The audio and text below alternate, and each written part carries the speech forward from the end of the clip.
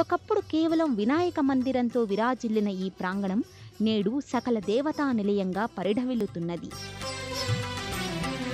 గిరి సార్వభౌమునికి వరపుత్రికగా పుట్టి గురి కలిగి శివునికై ఘోర తపమును చేసి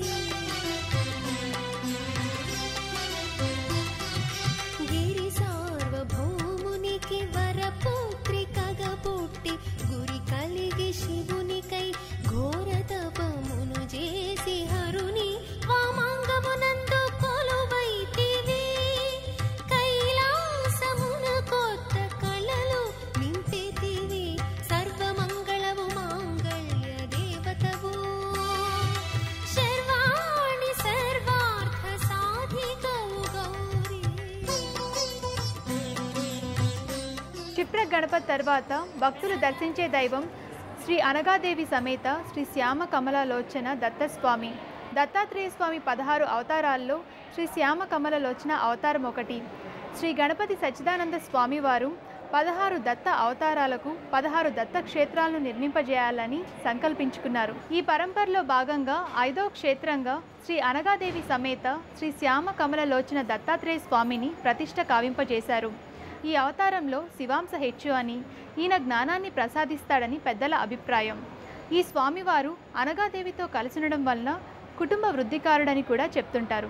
శ్రీ శ్యామ కమల దత్తస్వామికి ఆదివారం ఇక్కడ తైలాభిషేకం నిర్వహిస్తారు. నువ్వుల నూనెని ఒక పాత్రలో పోసి నూనెలో మన ముఖాన్ని చూసి ఆ నూనెతో స్వామికి అభిషేకం నిర్వహిస్తారు. అభిషేకం అనంతరం కొంత నూనెని తిరిగి భక్తులకు అందజేస్తారు. అభిషేకానికి ఉపయోగించిన తైలాన్ని మన శరీరంలో నొప్పులు ఉన్న భాగాలకు రాసుకుంటే నొప్పులు తగ్గుతాయి. ఈ విధంగా ఈ తైలాభిషేకం భక్తుల ఆరోగ్య వృద్ధికి దోహదపడుతోంది.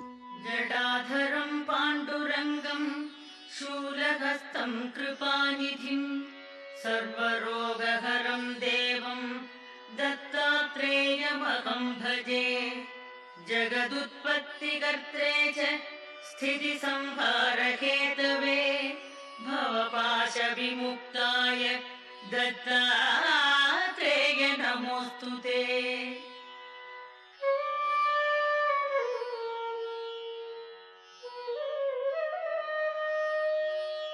జరాజన్మ వినాశాయ దేహశుద్ధికరాయ చ దిగంబర దయామూర్తే దత్తాత్రేయ నమోస్తుతే. కర్పూరకాంతి దేహాయ బ్రహ్మమూర్తిధరాయ చ వేదశాస్త్ర పరిజ్ఞాయ దత్తాత్రేయ నమోస్తుతే.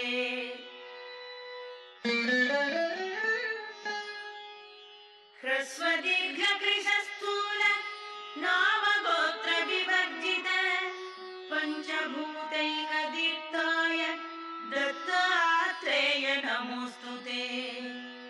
యజ్ఞభోక్త్రే చ యజ్ఞాయ యజ్ఞరూపధరాయ చ యజ్ఞప్రియాయ సిద్ధాయ దత్తాత్రేయ నమోస్తుతే.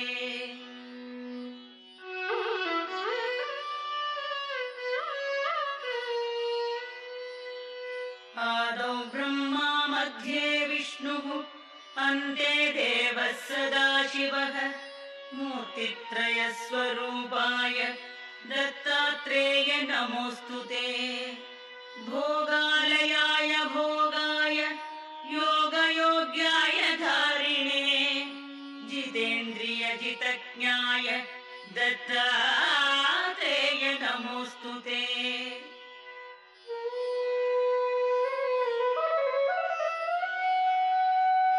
दिगंबराय दिव्याय दिव्यरूपधराय च सदोदित परब्रह्म दत्तात्रेय नमोस्तुते. जम्बुद्वीपे महाक्षेत्रे मादापुर निवासिने जयमानसतां देव दत्तात्रेय नमोस्तुते.